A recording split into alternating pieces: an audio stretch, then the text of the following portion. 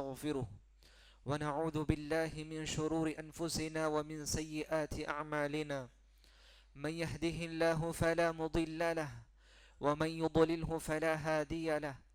وأشهد أن لا إله إلا الله وحده لا شريك له وأشهد أن محمدا عبده ورسوله أما بعد فأعوذ بالله من الشيطان الرجيم يا أيها الذين آمنوا اتقوا الله حق تقاته ولا تموتن إلا وأنتم مسلمون يا أيها الناس اتقوا ربكم الذي خلقكم من نفس واحدة وخلق منها زوجها وبث منهما رجالا كثيرا ونساء واتقوا الله الذي تساءلون به والأرحام إن الله كان عليكم رقيبا يا أيها الذين آمنوا اتقوا الله وقولوا قولا سديدا يصلح لكم أعمالكم ويغفر لكم ذنوبكم ومن يطع الله ورسوله فقد فاز فوزا عظيما أما بعد فإن خير الحديث كتاب الله وخير الهدي هدي محمد صلى الله عليه وسلم وشر الأمور محدثاتها وكل محدثة بدعة وكل بدعة ضلالة وكل ضلالة في النار فأعوذ بالله من الشيطان الرجيم وتعاونوا على البر والتقوى ولا تعاونوا على الإثم والعدوان. حاضرین جمعہ، عزیز نوجوان دوستو، قابل احترام میری اسلامی ماؤں اور بہنوں، خطبہ مسنونہ کے بعد سورۃ المائدہ کی دوسری آیت کا ایک حصہ آپ کے سامنے پڑھا گیا. اس آیت میں اللہ تعالیٰ فرماتے ہیں وَتَعَاوَنُوا عَلَى الْبِرِّ وَالتَّقْوَى کہ تم نیکی کے کاموں میں، تقوی کے کاموں میں آپس میں ایک دوسرے کا تعاون کرو، آپس میں ایک دوسرے کی مدد کرو. وَلَا تَعَاوَنُوا عَلَى الْإِثْمِ وَالْعُدْوَانِ برائی کے کاموں میں، زیادتی کے کاموں میں آپ ایک دوسرے کا ساتھ نہ دیا کرو. دوستو، اس آیت میں اللہ تعالیٰ مجھے اور آپ کو یہ پیغام دیتے ہیں کہ ہم جس معاشرے میں بھی رہیں گے وہاں پر ہم آپس میں ایک دوسرے کا ساتھ دیتے ہوئے ایک دوسرے کی مدد کا جذبہ لے کر ہم اس معاشرے میں جئیں. کیونکہ جب ایک دوسرے کی ہم مدد کرتے ہیں، ایک دوسرے کا ہم ساتھ دیتے ہیں، ایک دوسرے کا کام میں آتے ہیں ہم، تو اس کے بہت سارے فضائل بتائے گئے، اس کی بہت ساری اہمیتیں بتائی گئی شریعت میں. آج کے اس خطبے میں انشاءاللہ ہم معلوم کریں گے کہ ایک دوسرے کی مدد کرنے پر اسلام میں کیا کیا بشارتیں سنائی، شریعت اسلامیہ نے کیا کیا خوشخبریاں دی. سب سے پہلی خوشخبری یہ ہے کہ جس معاشرے میں بھی، جس سوسائٹی میں بھی ایک دوسرے کو مدد کرنے کا جذبہ ہوگا وہاں پر محبت اور الفت کی فضا قائم ہو سکتی ہے. اس کی مثال آپ دیکھیں، مدینے کے انصاری صحابہ، جو مدینے میں جو صحابہ رہتے تھے ان کو انصار کہا جاتا تھا. کیوں انصار کہتے تھے؟ عربی زبان میں انصار کہتے ہیں مدد کرنے والے کو. کیا انہوں نے کیسی مدد کی کہ جو صحابہ مکہ سے ہجرت کر کے مدینہ پہنچے تو ان مدینے کے صحابیوں نے، انصاری صحابیوں نے ایسی مدد کر کے مثالیں قائم کی، شاید ہی رہتی دنیا تک ایسی مثالیں آپ کو ملیں گی. آپ کو ایک مثال بتا کے آگے بات کو بڑھاتا ہوں کہ اللہ کے نبی صلی اللہ علیہ وسلم جو بھی صحابی مکہ سے ہجرت کر کے مدینہ پہنچتے تھے ان کے درمیان بھائی چارگی کرواتے تھے، مواخات کرواتے تھے. جو مکے کے صحابی ہوتے ان کے درمیان اور مدینے کے صحابی کے درمیان اللہ کے رسول بھائی بھائی بناتے تھے. خود غرضی کے ماحول میں ایک مثال آپ دیکھیے کہ عبد الرحمن بن عوف رضی اللہ عنہ مکہ سے ہجرت کر کے مدینہ پہنچنے والے صحابیوں میں سے تھے، اور ادھر مدینے کے ایک صحابی تھے سعد بن ربیع رضی اللہ عنہ. ان دونوں کے درمیان بھائی چارگی کروا دیتے ہیں. اس کے بعد جیسے ہی عبد الرحمن بن عوف رضی اللہ عنہ سعد بن ربیع رضی اللہ عنہ کے پاس جاتے ہیں، کہتے ہیں انی اکثر الانصار مالا، کہ انصار میں سب سے زیادہ مالدار میں ہوں. فاقاسمک مالی شطرین. سبحان اللہ، دیکھیں کیسا ان کے اندر مدد کا جذبہ تھا. انصاری صحابی کے اندر سعد بن الربیع رضی اللہ عنہ نے کہا کہ میری جتنی پراپرٹی ہے اتنی ساری پراپرٹیوں میں سے آپ آدھا لے لیجئے، میں آدھا لے لیتا ہوں. شاید ہی آپ دنیا میں ایسی مثالیں دیکھ پائیں گے کہ یہ تھا صحابہ کے اندر دوسروں کو مدد کرنے کا جذبہ،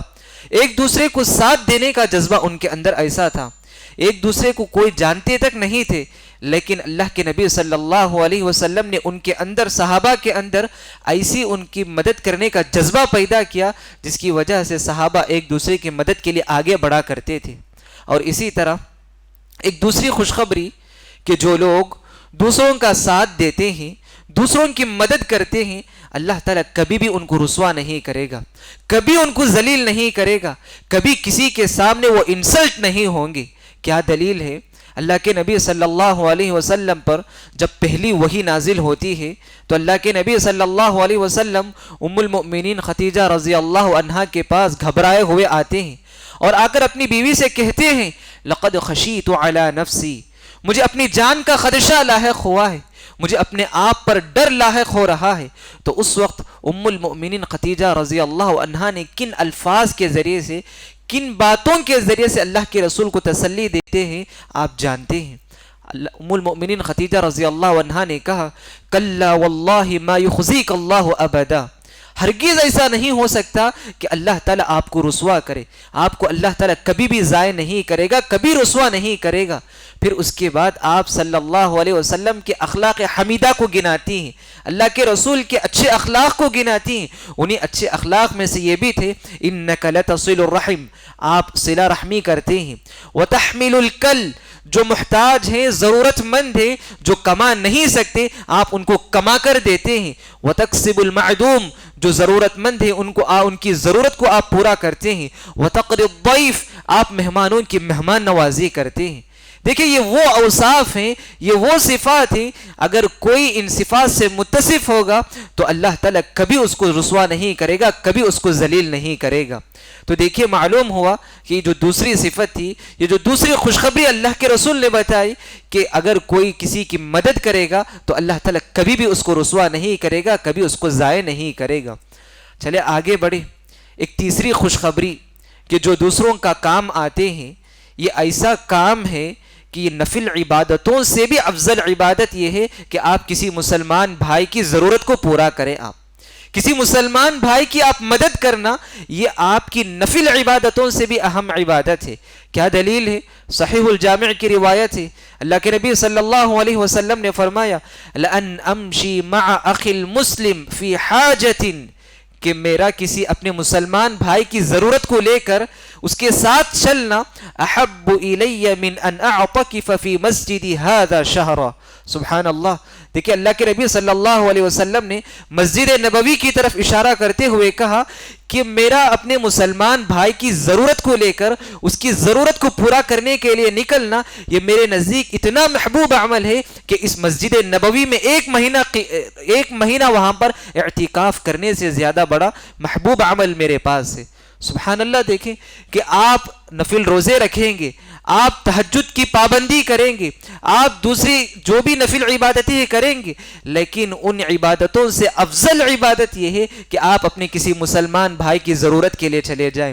آپ اپنے کسی مسلمان بھائی کی حاجت کو لے کر اس کی مدد کے لیے آپ نکلیں. یہ اللہ کے نزدیک سب سے پسندیدہ عمل ہے.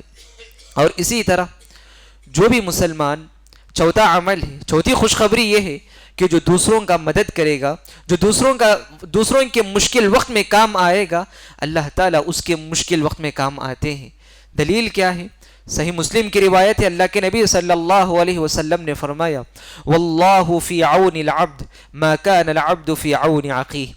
جب تک بندہ کسی دوسرے بندے کی مدد میں لگا رہتا ہے اللہ تعالیٰ بھی اس کی مدد کرتے ہیں.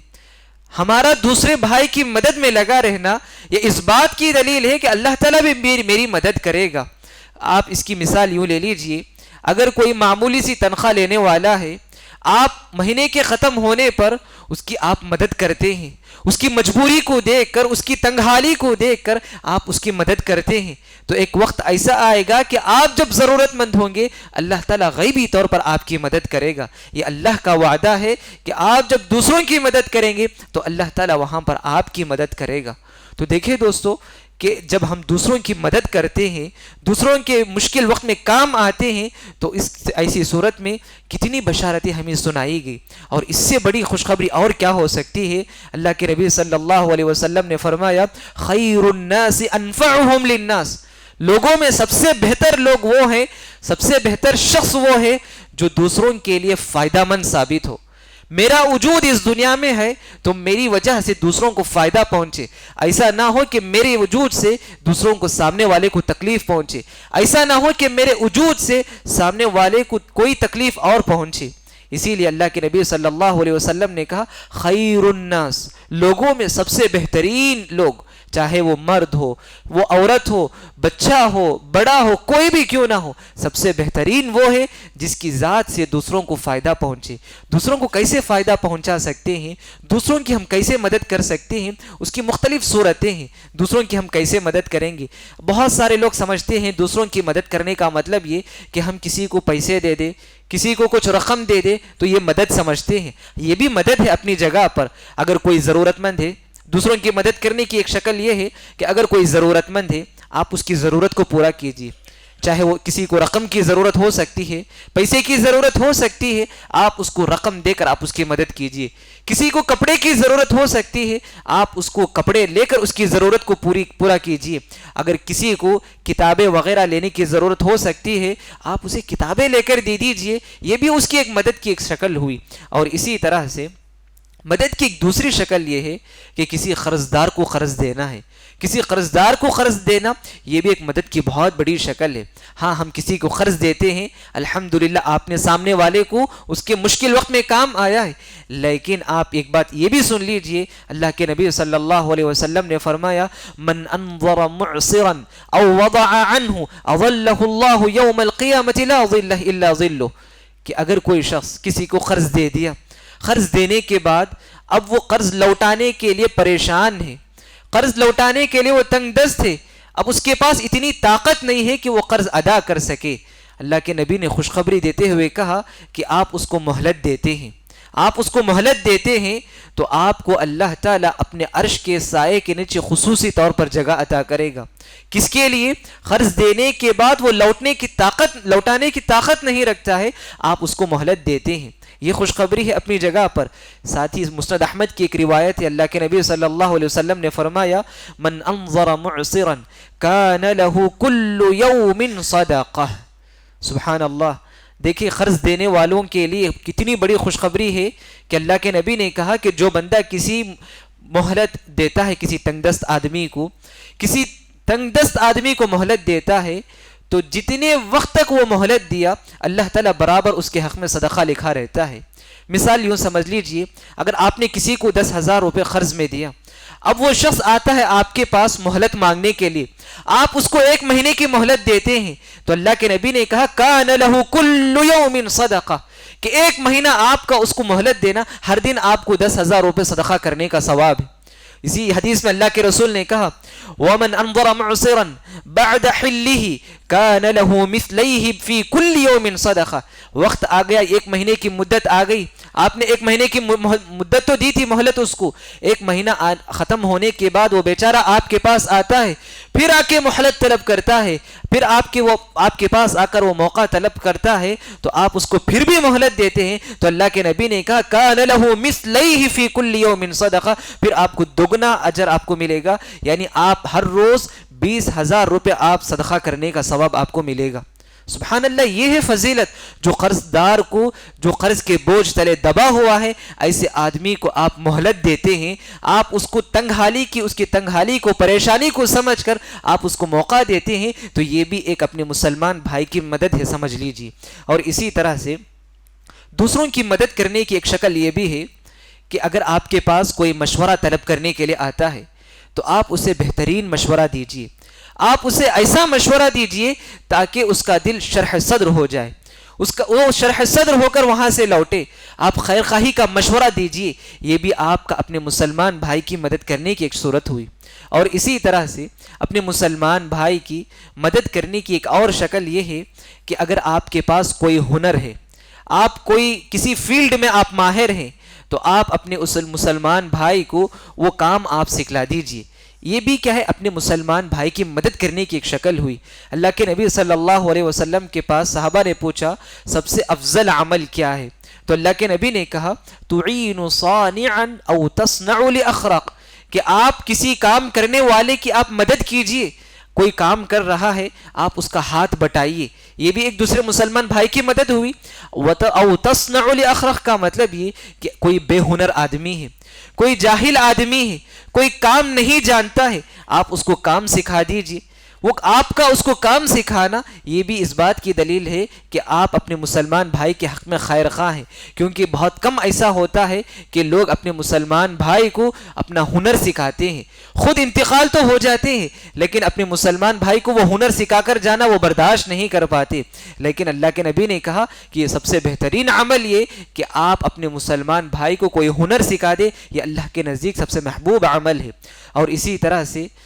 دوسروں کی مدد کرنے کی ایک اور شکل یہ بھی ہے کہ اگر کوئی طالب علم ہے، کوئی اسٹوڈنٹ ہے، اور اپنے ہی اسٹوڈنٹ میں دیکھتا ہے کہ وہ پڑھائی میں کمزور ہے، اسے چاہیے کہ وہ اس کو انکریج کرے، اس کو ہمت افزائی کرے، اس کو آگے بڑھائے، تو یقیناً یہ بھی اپنے مسلمان بھائی کی مدد کرنے کی ایک شکل ہوئی۔ اور ہم اپنے بچوں کے اندر بھی یہ صفت پیدا کرنے کی کوشش کریں، اور ہم اپنے بچوں کو بھی یہ نصیحت کریں کہ اگر آپ کا بچہ اسکول میں ٹاپر ہے تو آپ اپنے بچوں کو نصیحت کیجئے کہ جو کمزور طلباء ہیں، جو کن ذہن طلباء ہیں اور وہ بہت کم ڈیولپ کرتے ہیں، تو آپ ان کو آگے لے کر جائیں۔ یہ بھی کیا ہے، اپنے مسلمان بھائی کی مدد کرنے کی ایک صورت ہوئی۔ اور اسی طرح سے آپ کہیں راستے میں جا رہے ہیں، کوئی آپ کے پہچان کے ہیں، یا کوئی عمر رسیدہ آدمی پیدل چل کے جا رہے ہیں، کوئی بوڑھا آدمی راستے پہ چل رہا ہے، آپ اس کو اپنی گاڑی میں بٹھا لیجئے، یہ بھی کیا ہے، ایک دوسروں کی مدد کرنے کی شکل ہوئی۔ اور اسی طرح سے دوسروں کی مدد کرنے کی ایک شکل یہ بھی ہے کہ ہم عموماً عیادت کے لیے جاتے ہیں، کسی مریض کی عیادت کے لیے جاتے ہیں، مریض کی عیادت کے لیے جاتے ہوئے ہم اس کے پاس اس کی ضرورت کی چیزیں لے کر جانے کی کوشش کریں۔ ڈاکٹر ان کو کچھ تجویز کرتے ہیں کوئی چیز کھانے کی، تو ان کی جو ضرورت ہو سکتی ہے اس ضرورت کو پورا کرنے کی کوشش کریں۔ کم از کم یہ بھی نہ ہو سکے تو ہم اس سے یہ گزارش کریں کہ آپ کی دوائی کی چیٹی لائیے، میں آپ کے لیے دوائی کا انتظام کرتا ہوں۔ تو یہ ایسی مختلف صورتیں ہیں جس کی وجہ سے ہم اپنے مسلمان بھائی کی مدد کر سکتے ہیں۔ اور اسی طرح سے دوسروں کی مدد کرنے کی ایک اور شکل یہ ہے کہ آپ ظالم کی مدد کریں، ظالم کی مدد کریں۔ خود نبی کریم صلی اللہ علیہ وسلم نے صحابہ سے کہا انصر اخاک ظالما او مظلوما، کہ تم ظالم کی بھی مدد کرو، مظلوم کی بھی مدد کرو۔ صحابہ نے تعجب سے پوچھا اللہ کے نبی، مظلوم کی مدد کرنا تو ہم جانتے ہیں لیکن ظالم کی ہم کیسے مدد کریں گے؟ ایک شخص دوسروں پر ظلم کر رہا ہے، ہم اس کی کیسے مدد کریں گے؟ تو اللہ کے نبی صلی اللہ علیہ وسلم نے کہا ظالم کی مدد کرنے کا مطلب یہ کہ وہ ظلم کر رہا ہے تو آپ اس کو ظلم سے روک لیجئے، آپ اس کو ظلم کرنے سے روک لیجئے، یہ آپ کا ظالم کو مدد کرنا ہوا۔ تو دیکھیے کتنی بڑی بات، آپ کے پہچان کی کوئی ایسا شخص ہے جو دوسروں پر زیادتی کر رہا ہے، ظلم کر رہا ہے، آپ اس کے خیر خواہ ہیں، آپ اس کے دوست ہیں، تو آپ اسے خیر خواہانہ انداز میں کہیے، آپ اس کو نصیحت کے انداز میں اس سے ریکویسٹ کیجئے کہ بھائی آپ جو کر رہے ہیں یہ غلطی ہے، یہ اس پر زیادتی ہو رہی ہے، آپ اس سے معافی طلب کیجئے اور آپ اس کو معاف کر دیں، آپ اس کو ظلم کرنے سے رک جائیے۔ تو یہ بھی کیا ہوا، اپنے مسلمان بھائی کی مدد کرنے کی ایک شکل ہوئی۔ تو معلوم ہوا کہ ہم دوسروں کی اگر معاشرے میں مدد کرنا چاہتے ہیں تو صرف پیسے سے نہیں، صرف دولت سے نہیں، بلکہ ہم اپنے ہر حرکت سے، اپنے ہر اعمال سے ہم دوسروں کی مدد کر سکتے ہیں۔ اور اللہ کے نبی صلی اللہ علیہ وسلم نے یہ بھی کہا کہ آپ اگر کسی کی مدد کرنا چاہتے ہیں تو اس مدد کے سب سے اولین مستحق آپ کے رشتہ دار ہیں، آپ کے رشتہ دار آپ کے سب سے اولین مستحق ہیں کہ آپ ان کی مدد کریں. اس پر آپ کو دو اجر ملے گا, دگنا اجر کا وعدہ اللہ کے رسول نے کیا صلی اللہ علیہ وسلم. آپ نے فرمایا کہ اگر کوئی شخص کسی غریب کو, کسی محتاج آدمی کو صدقہ دیتا ہے تو اس کا اجر اس کو ایک ملے گا, لیکن وہی شخص کسی اپنے محتاج رشتہ دار کو صدقہ کرتا ہے تو اس کو دگنا اجر ملے گا. کیوں جانتے ہیں؟ ایک تو اس کی صلہ رحمی کرنے پر اجر ملے گا, اور دوسرا صدقہ کرنے کا اجر ملے گا. صدقہ کرنے کا اجر تو اس کو ملے گا ہی, ساتھ ہی ساتھ اس کو اپنے رشتہ دار کے درمیان صلہ رحمی یعنی رشتہ جوڑنے کا اجر بھی اس کو ملے گا. تو معلوم ہوا کہ ہمارے رشتہ داروں میں جو بھی محتاج ہیں, جو بھی ضرورت مند ہیں, جن کو بھی ہماری ضرورت ہو تو ہم آگے بڑھ کر ان کی مدد کرنے کی کوشش کریں. اور دوستو یہ بات بھی یاد رکھیں کہ اگر ہمارے پاس کوئی ایسے لوگ نہیں ہیں جن کو ہم ضرورت مند سمجھ کے ہم ان کے پاس جا کر دیں گے, تو کچھ ایسے ٹرسٹ ہیں ہمارے پاس, ہمارے مسلمان معاشرے میں کچھ ایسے معتبر ٹرسٹ ہیں, ان کے ذریعے سے ہم کیا کر سکتے ہیں, رقم کو پہنچا سکتے ہیں, یا آپ کپڑے وغیرہ لے کر پہنچا سکتے ہیں, یا آپ ریشن کی شکل میں ان کے پاس پہنچا سکتے ہیں, جس کی وجہ سے وہ جو مستحق لوگ ہیں ان تک انشاءاللہ وہ پہنچائیں گے. جیسے کئی بیوہ عورتیں ہیں, کئی یتیم بچے ہیں, کئی غریب بچے ہیں, کئی ایسے بچے ہیں جو پڑھائی کے میدان میں علم حاصل کرنے کی وجہ سے ان کے پاس پیسہ نہ ہونے کی وجہ سے وہ کام کاج میں رہتے ہیں. آپ ایسے غریب محتاج بچوں کو ڈھونڈ کر, آپ یتیم بچوں کو ڈھونڈ کر آپ مستحقین تک, ان تک آپ کیا کیجئے, ان کی مدد کرنے کی کوشش کیجیے. اور اسی طرح آخر میں ایک بات کہہ کر اپنی بات کو ختم کرتا ہوں, وہ یہ کہ جب ہماری کوئی مدد کرتا ہے, ہم تو مدد کرنے کی بات بہت زیادہ کرتے ہیں, جب کوئی میری مدد کرے, آپ کی کوئی مدد کرے,